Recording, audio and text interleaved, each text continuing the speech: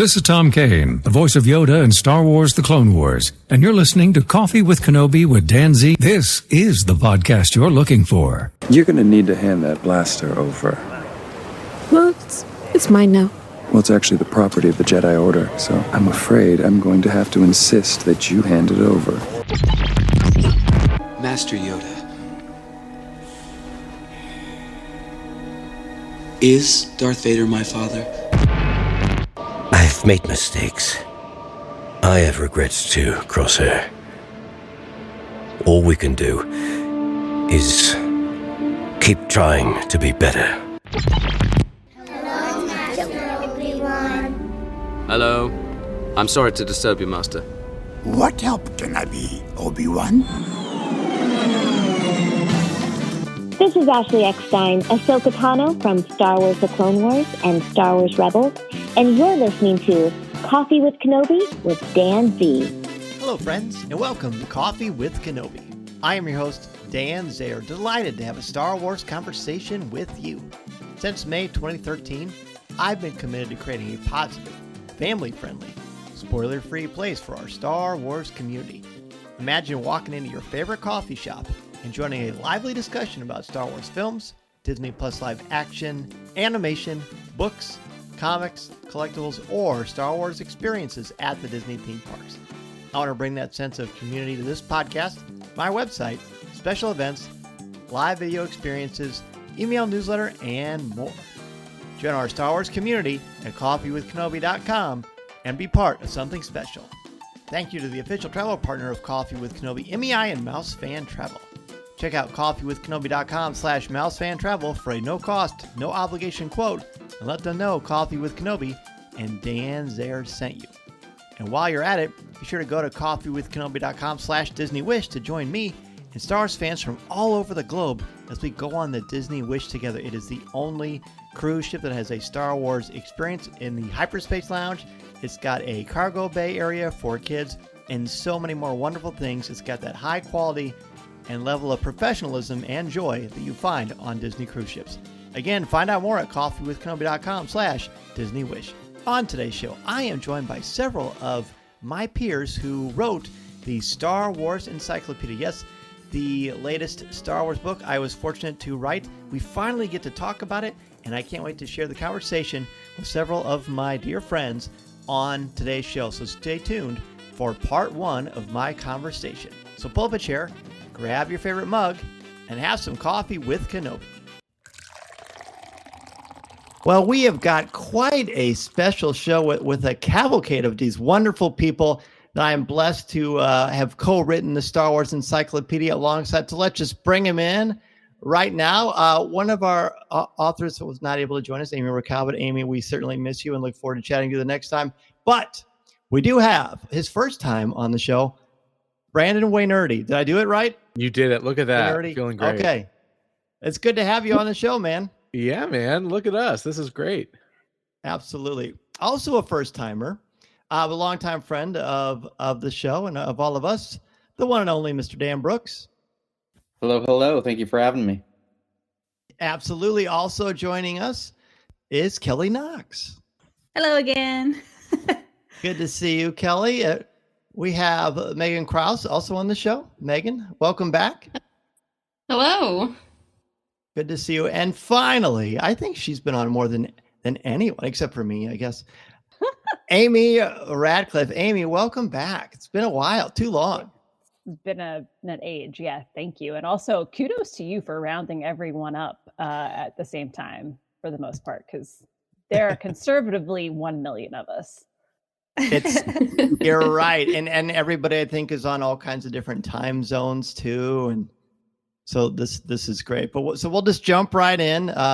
Star Wars Encyclopedia, it appears to be doing very, very well. I know it was certainly a labor of love for all of us, but we'll just kind of peel back the curtain a little bit on some of these.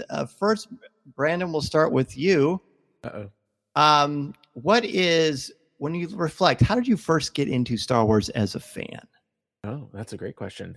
I am very lucky where I was born, not to make anyone feel old or young. I was born in 1992, which means I was 5 years old when the special editions came out.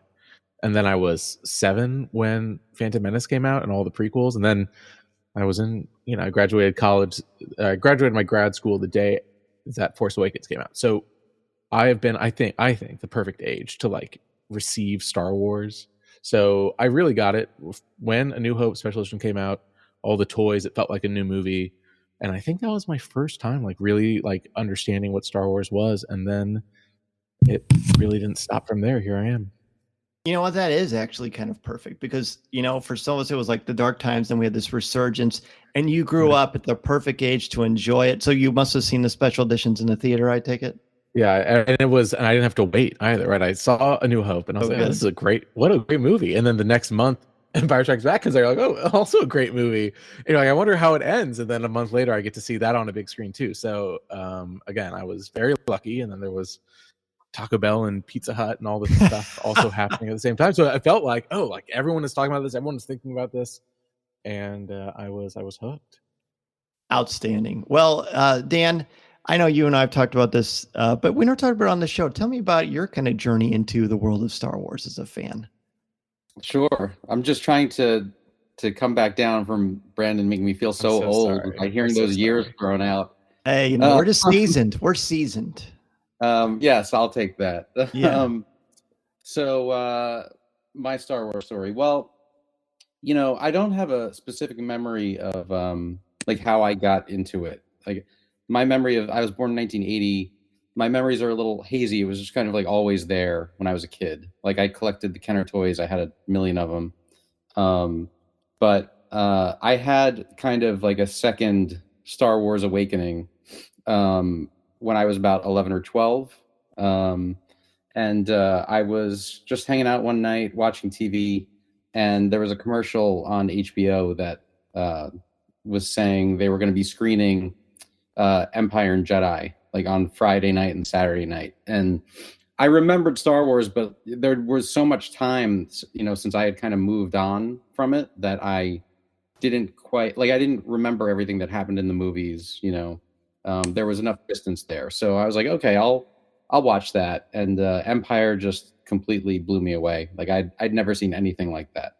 And then with Jedi, it was the same exact thing.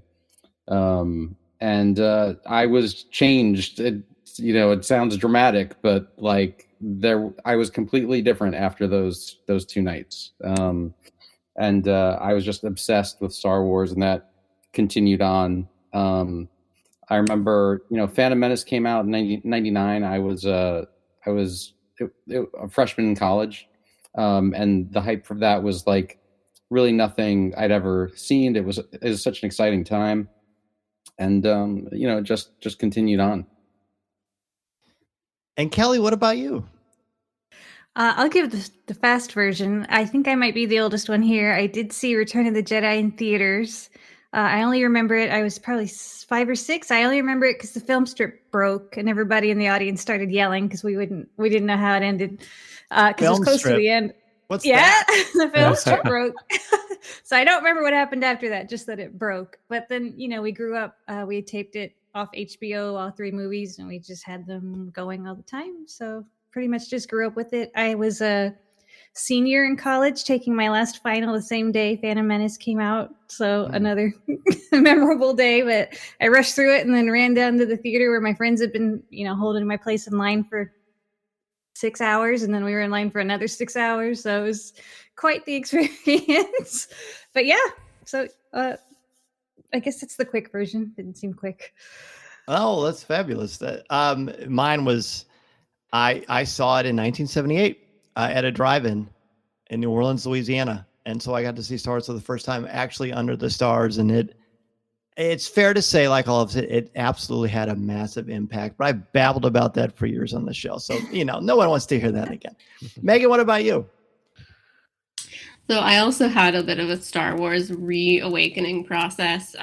When I was young, I caught Return of the Jedi on TV briefly, but I was so afraid of the droid torture scene, the ADM and EV-99, that all I remember is like this horror of robots torturing robots that stayed throughout my childhood. But then I was a teen, I was probably 13 or 14, when the prequels were coming out. So I saw Attack of the Clones in theaters and was so engrossed in the world. And shortly after I saw the movie, I went and picked up Star Wars Insider. I think this is important because this is my Star Wars fandom has always been about the books and the tie-in material as it is about the movies. So I read Emissary of the Void Episode 4, a short story that ran episodes 1 through 3 ran in Star Wars Gamer. Episode 4 ran in Insider. Even if I had the previous magazine, I would not have found the previous edition of that story. But so I was totally in the middle of it, but I loved it so much, and that has stuck with me, and with particularly my belief that you can start anywhere in Star Wars and any combination of ways and become a lifelong fan. That's cool, and I know I've always known you've had that special connection to the books, as has Amy, I believe. Amy, by the way, you can't see, but is wearing this absolutely adorable Ahsoka beanie. Tuka? It's actually it's no, but my chair's Ahsoka, but this is a Wrexham AFC beanie. Oh, so apparently my glasses are not strong enough. Okay, well that's speaking of older. It's also a very light logo, so that's it just from the angle it sort of looks like it. And you know what? You've met me, so that's a fair assumption. That is 100% why I thought it. Amy, what about you? What's your Star Wars story? You know, I came late to Star Wars in life. I didn't see it till the first time. So it was the special editions in '97, of which I was a teenage aged, because I am also aged like a fine wine, is how I will think of that. So I saw the special editions and I really enjoyed them. And then I went on to see the prequels and really enjoyed those, but nothing really like stuck with me until the Clone Wars came out. And I think it was a combination of things. It was being really into Ahsoka and the dynamic between Anakin and Obi-Wan and Ahsoka. And also at that time in my life, like I had just moved to Los Angeles from Ohio, slight difference, and really kind of found a geek community where I felt comfortable like embracing that side of myself more openly instead of like sitting in the corner with my Wheel of Time books and hoping I wouldn't get picked on, you know? And I think all of that came together, and then I got more curious about the time period in which Clone Wars takes place. I went back to watch the prequels and I was like, oh, pretty interesting. I went back and watched the original trilogy. I'm like, actually pretty amazing. And from there, I dove into the books. The first one I read was, I've forgotten the name. How could I? The one where Chewbacca dies. I was like, spoilers. This book was released so long ago. Prime. Vector Prime. Thank you. I didn't want to. Like, what a weird one to start with. But yeah, it went downhill from there in the best way. And I know we've talked about this before, but I was in the room when you were hosting that San Diego Comic-Con panel with Dave, and they announced that Clone Wars was coming back, and it was a surprise for you, I believe. Stinkers kept it a secret, and they got an authentic reaction, that's for sure. It was pretty great. Well, I think I might know what some of you are going to say to this, but we'll just throw it out there anyway because it can lead to some interesting stories. But Brandon, do you have a favorite Star Wars character? I always say Han Solo. Well, it's more Harrison Ford is my favorite. And so he is a Star Wars character. So Han Solo naturally then becomes my favorite. Followed closely by Lando, but similar people, similar characteristics, I think. So, Daniel, what about you? Luke. I know maybe it's a boring answer. I don't know, but ever since I was a kid, still to today. I love that the first two people, one is a Han Solo guy and one is a Luke guy. That's so great. That's it. We just need a Leia in here and we got the trio. Well, Kelly? Obi-Wan, I'm sorry. the main original. I mean, that's the thing. Yeah. Old school guy. Yeah. No, Obi-Wan. All the versions of Obi-Wan. I like Vader the best just because I think the Anakin Vader story is the most Shakespearean, and for my day job, that really works out well. In fact, the first lesson I ever taught in my life, I compared Anakin Skywalker to Hamlet, and I feel like that was just a great experience for me. Megan. I am also a Luke Skywalker fan, and I like Darth Maul. Oh, really? Nice. And Amy? Shocking to learn. Ahsoka Tano. Yes. But also Qui-Gon is up there too. Yes. That's both two of the most perfect Jedis, I would say, if as close to perfect as you could get as far as their mantra. But we look at all these characters we talked about, and so many, many more. Who knew? Well, how many characters are in Star Wars? There are a lot of them in the Star Wars Encyclopedia. But you get to this title, Brandon. What is it like for you? First, I know this was your first book you got to work on. It was such a terrific honor to be able to write this book with you, especially because of that wonderful thing. But what was it like to work on this title, especially with all of us? Yeah, it just the title alone, just when they were like the book that we emailed you about is Star Wars Encyclopedia. Even if it was it was kind of like, oh, this is very serious and it's very important. And again, you're talking about books that we read growing up or anything like that, like the Sansuite Star Wars Encyclopedia, but then also all the essential guides. Like it was just like, oh, this is a very important new title, and so it did require kind of a shift in focus, and even it would also, on the selfish end, it was like, oh, this is so much easier to explain to my in-laws, because like that sounds like a real thing, if it had been this longer title, it would have been a little bit more of a challenge. But I was very grateful that it was something so simple and something so important. It was kind of like, oh, okay, let's take a step very back. Exciting feeling, I'm sure. Yeah, it was pretty wild. I love it. Dan, what is it like for you to work alongside all of us? I mean, you obviously have a pretty significant experience working in the world of penmanship and Star Wars. Yeah, well, I mean, it's great. I mean, I kind of worked alongside all of you for a really long time. For anybody who doesn't know, I used to be the editor of StarWars.com. And so, yeah, everybody here, we all go way back.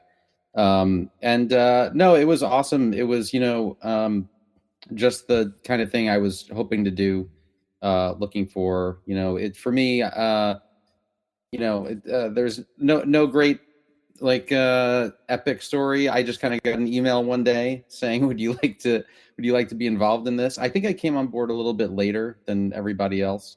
But it was like an instant yes for me. And then once I got started and the reality of the situation set in, that's when the fear kind of set in. But at that time, it was an absolute yes. And I'm sure it's a very, very different experience from the one who's editing it to the one who's writing. Yeah,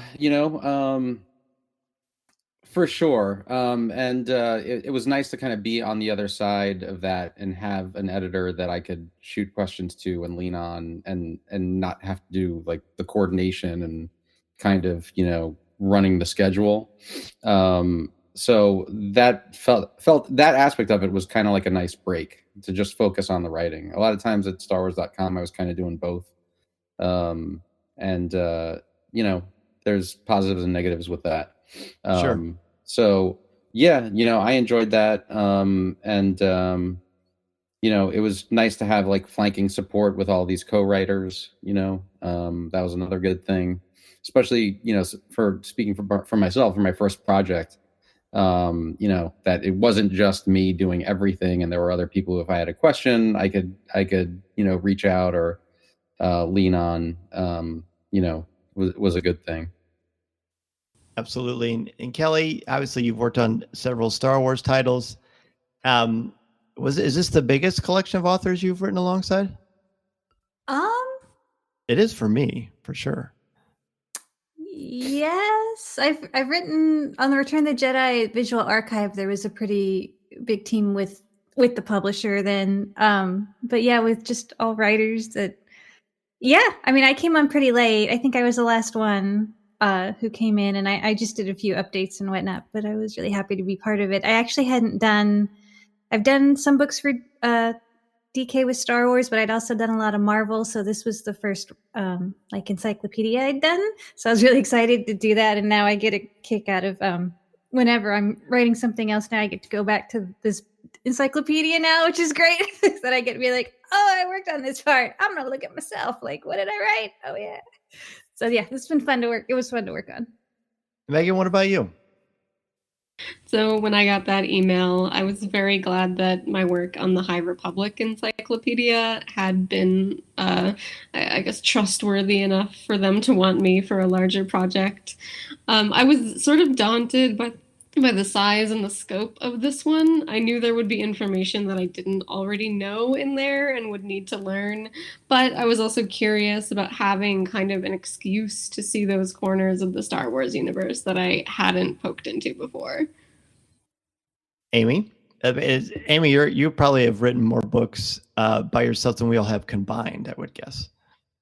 Who knows? You've all like been so prolific. I feel like sometimes I'm like, I'll look up and I'll be like, Kelly published 3 more books in the last month.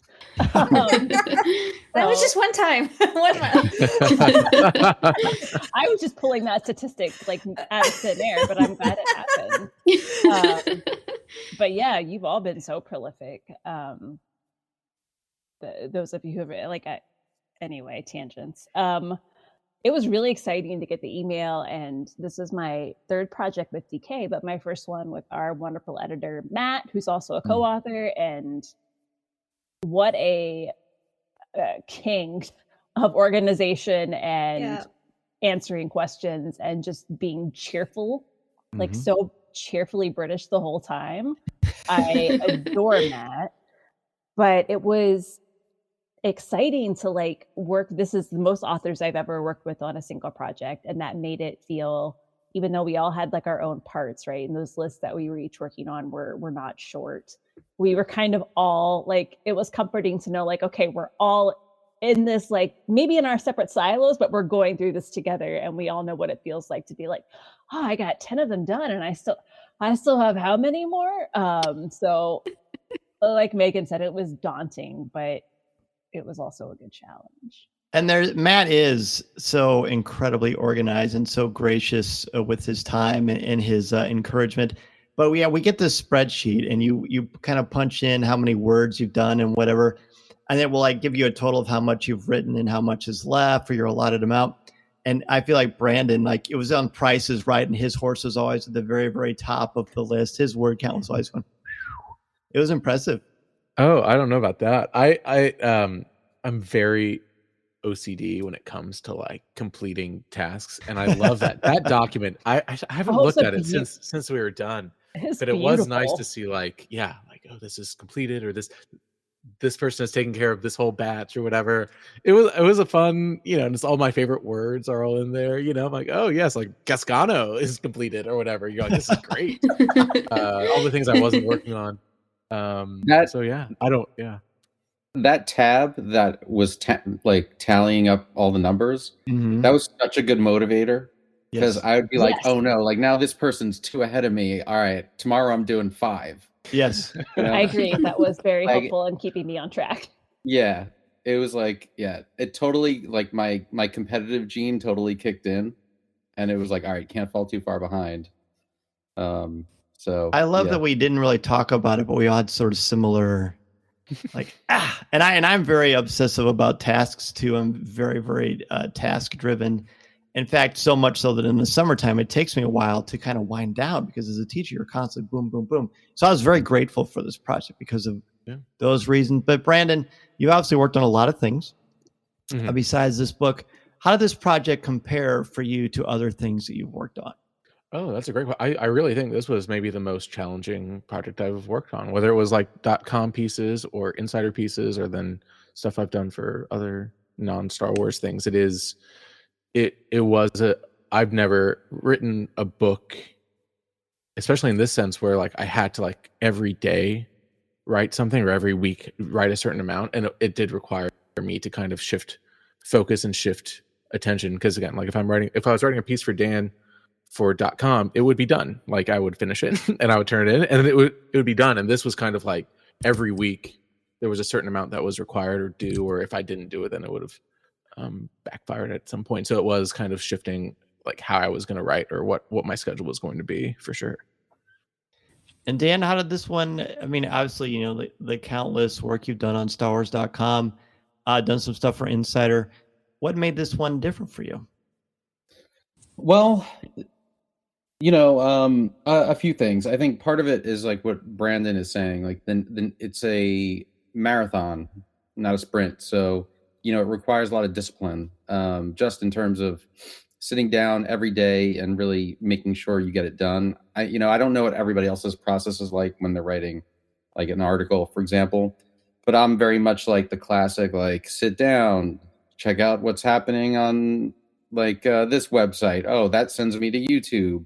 Then I come back and I write like a paragraph, and then, oh, what's happening on this website? Like, and you can't. And so, your deadline for that article, and you'll hit it, but you might stretch that time out. Whereas with this project, it's like, you've really got to like buckle down. And I reached the point where I was doing like 5 a day.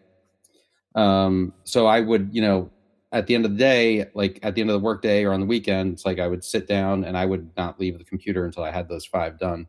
And you really have to be focused. So that was one thing, and then the other thing is, like, obviously I'm proud of everything I've written anywhere. There's a certain weight that comes with a published book, and an importance. And I think, everybody, the world understands that. So that's always kind of there, in your head, whatever that means as far as the output of the finished work. But it just, there's something about it that feels different,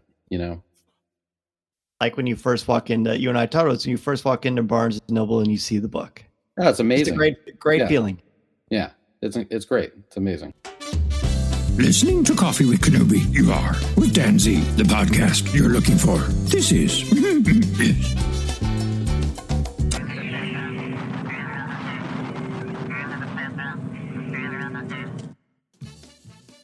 That's going to do it for part 1 of my conversation with the Star Wars Encyclopedia authors that I was fortunate enough to work on this wonderful book with. You can certainly find the book on Amazon.com, Barnes & Noble, or anywhere you like purchasing your favorite Star Wars book. A big thank you to Brandon, Dan, Kelly, Megan, and Amy for joining me for part 1. Be sure to join us next week for part 2 as we continue the conversation talking with my fellow authors about what went into the creation of the Star Wars Encyclopedia. The website is coffeewithkenobi.com for Star Wars news, announcements, reviews, videos, and more. The official travel partner of Coffee with Kenobi is MEI and MouseFan Travel. Check out coffeewithkenobi.com/MouseFanTravel for a no-cost, no-obligation quote. Please check out the CWK Cafe at coffeewithkenobi.com/community for Star Wars thoughts, comments, reviews, and opinions in a family-friendly, spoiler and drama-free place. This is a great place for you to share your ideas and your collections, anything you want to, on our Facebook group. We would love to have you there. A massive thank you to members of the CWK Alliance. Thanks to you, this podcast, website, event coverage, and so much more comes to life. Find out how you can help the show for as little as $1 a month by joining the CWK Alliance. And 10% of your monthly contributions to the CWK Alliance go directly to the St. Jude Children's Hospital. You can email the show, danz at coffeewithkenobi.com. Connect with me on Twitter, Instagram, and Threads. You can find Coffee with Kenobi all over social media, as well as on YouTube, where you can find over 700 videos, past live shows, events, and more. Please take a minute to rate and review the show on Apple Podcasts and Spotify. And if you like our logo designed by Corey Club, go to coffeewithkenobi.com/shop for all kinds of wonderful merchandise. If you need a speaker for an upcoming event, you can book me to attend your school, conference, business, or organization. I'm happy to talk with your group about how to tap into your strengths, bring out your very best, discuss mythology, or customize a presentation to fit your specific needs. Thank you, as always, for joining me for a virtual cup of coffee. I appreciate your time and look forward to the next opportunity to talk Star Wars with you. I'm Dan Zehr, and I'm reminding you that this is the podcast you're looking for. This podcast is not endorsed by the Walt Disney Company or Lucasfilm Limited. It is intended for entertainment and informational purposes only. The official Star Wars website can be found at www.starwars.com. Star Wars, all names, sounds, and any other Star Wars related items are registered trademarks and or copyrights of Disney and their respective trademark and copyright holders. All original content of this podcast is the intellectual property of Coffee with Kenobi unless otherwise indicated. This is the podcast you're looking for. There's no one here.